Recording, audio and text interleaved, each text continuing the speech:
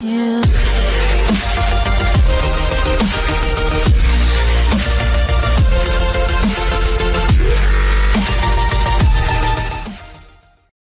Adjustment layers give you the ability to apply an effect to an invisible layer, but the position of that layer allows you to determine exactly how many layers you'd like that effect to be applied to. So it's great to make overall adjustments to a composition or multiple layers in a composition.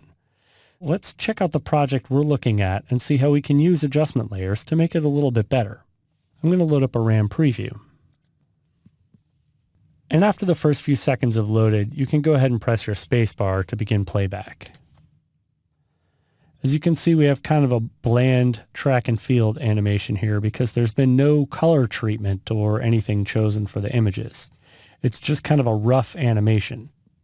Let's go ahead and use an adjustment layer to add a little bit more style and a sense of visual separation of all the different elements. I'm going to press the spacebar to stop playback. Now to create an adjustment layer, you can go up under the Layer menu. If you don't have the Comp panel active or the Timeline panel active, make sure one of them is active. Then go up under Layer and choose New Adjustment Layer. Now that we have an adjustment layer in the top of our layer hierarchy, you should notice nothing has changed. That's because we need to apply an effect. Now since I want to kind of colorize everything that's going on in the scene, I'm going to use a color effect. So let's go up under the Effect pull down and go down to the color correction group. Now let's choose Tint. Tint takes the entire image and makes it black and white, and then it allows you to selectively add color back into the scene based on the luminance values of white or black. So let's go ahead and change the white option. Click in the white rectangle and change the color to kind of a dark red.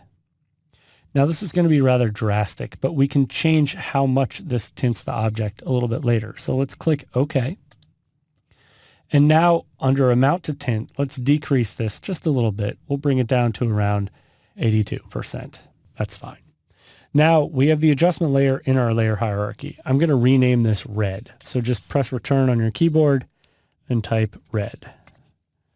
Now let's bring the words Track and Field back up visually by just dragging the red layer underneath the words Track and Field.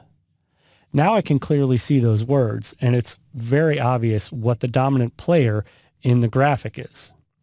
We still want to kind of add a little bit more separation with these background elements as well. So let's see if we can bring those back in. If you click on layer 3 and then shift click on layer 8, we'll select all the layers that create that part of the graphic. Notice these video boxes are being controlled by a null object. Sometimes it makes more sense to go ahead and pre-compose as opposed to using an adjustment layer. This is one of those times. I want to isolate all of these layers, but I like how the animation's already set up. With layers 3 through 8 selected, I'll go up under the layer pull down and choose Pre-Compose. We can leave the default settings and just click OK. Now our pre-comp is its own layer in the timeline, and we could bring it right above our red layer. Now the red is only affecting the background video, these lines, and then a dark black box which is underneath these video layers. That's great, but I still want to stylize these middle layers. So let's select our pre-comp layer, layer 2, and then go up under Effect. And this time I want to adjust their brightness. So let's go to Color Correction, and we'll add a levels adjustment. Now I want to kind of heighten the contrast while creating the brightness. So if we look at our levels histogram, this is a visual representation of all the brightness involved in that scene. First thing we need to do is click here on the arrow all the way on the right side. Because there isn't much information here in the histogram, we want to go ahead and click and drag this back towards the left. And notice the closer we get to this information, the brighter the scene's going to be. Let's leave it right around the middle there. If we look at the left side, this information controls the dark pixels in the image. So I can go ahead and click and drag on that left triangle and bring it back towards the right a little bit. And this is known as crushing the black levels. As you can see, it's making the image very, very dark. Now we're ready to preview our animation one more time. Let's go ahead and press 0 on the keypad and load up our RAM preview. After the first few seconds have loaded, go ahead and press the spacebar to check out the animation. I'm going to stop playback here. When it comes to adjustment layers, they do function just like any other layer.